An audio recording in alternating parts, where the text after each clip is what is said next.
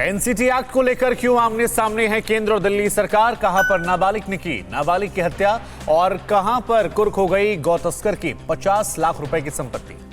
राज्यों से जुड़ी अहम खबरें हम आपको दिखाते हैं टॉप 9 देश प्रदेश में। दिल्ली में एनसीटी एक्ट के तहत एक बार फिर केंद्र और केजरीवाल सरकार में ठन गई है। सोमवार को संसद में पेश किए गए संशोधित बिल में उपराज्यपाल की ताकत को बढ़ाया गया है। डिप्टी सीएम मनीष सिसोदिया ने कहा, इस बिल को असंवैधानिक और अलोकतांत्रिक बताया है। उन्होंने कहा कि इस बिल के पास होने के बाद दिल्ली में चुनी हुई सरकार का मतलब कुछ नहीं रह जाएगा। जम्मू कश्मीर के शोपियां जिले में जारी मुठभेड़ में सोमवार को फिर फायरिंग हुई। मुठभेड़ में अब तक जैश-ए-मोहम्मद के शीर्ष कमांडर सहित 2 आतंकवादी मारे जा चुके हैं। तलाशी अभियान के दौरान आतंकवादियों की मौजूदगी की पुष्टि होने पर उन्हें सरेंडर करने को कहा गया, लेकिन उन्होंने दस्ते पर गोलियां चलानी शुरू कर दी।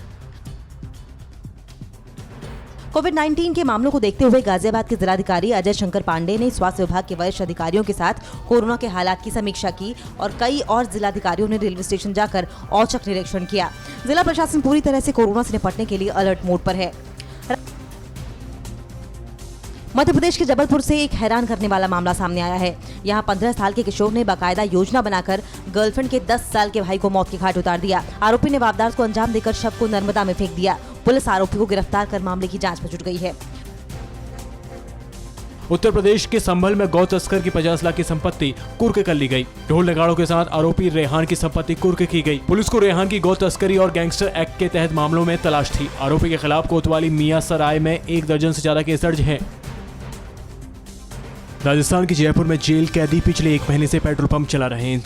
इस पेट्रोल पंप पर फरवरी महीने में 1 करोड़ से ज्यादा रुपए का पेट्रोल बिका। काम के अनुभव के साथ पंप पर काम करने वाले कैदियों को प्रतिदिन 249 रुपए की मजदूरी मिलती है। जेल के कैदियों के पुनर्वास के लिए एक नई और अनोखी पहल शुरू की गई है। इटावा लॉयन सफारी में अब शेर खुले में घूमेंगे और पर्यटक बंद गाड़ियों में शेरों का दीदार करेंगे। शेरों को पर्यटकों के बीच सहज महसूस कराने के लिए ट्रेनिंग दी जा रही है। गोरखपुर में चिड़ियाघर खोलने के बाद इटावा लॉयन सफारी पार्क पर्यटकों के लिए शुरू किया जाएगा। यूपी के अयोध्या में राम मंदिर निर्माण का काम जारी है। मंदिर की नींव की खुदाई का काम पूरा हो गया। नींव को भरने का काम शुरू करने के लिए ट्रस्ट के पदाधिकारियों ने पूजा अर्चना की। इस मौके पर श्री राम जन्मभूमि तीर्थ क्षेत्र के पदाधिकारियों और वरिष्ठ प्रशासनिक अधिकारी मौजूद रहे।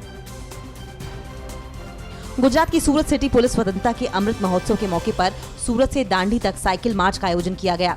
यात्रा में करीब 100 अधिकारियों ने हिस्सा लिया। साइकिल यात्रा की खास बात ये रही कि इसे गांधी जी के दांडी मार्च में शामिल रहे 104 साल के प्रभुदास भाई ने शुरू किया। परवाह देश की, सोमवार से शुक्रवार रात 10 बजे TV9 भारतवर्ष पर।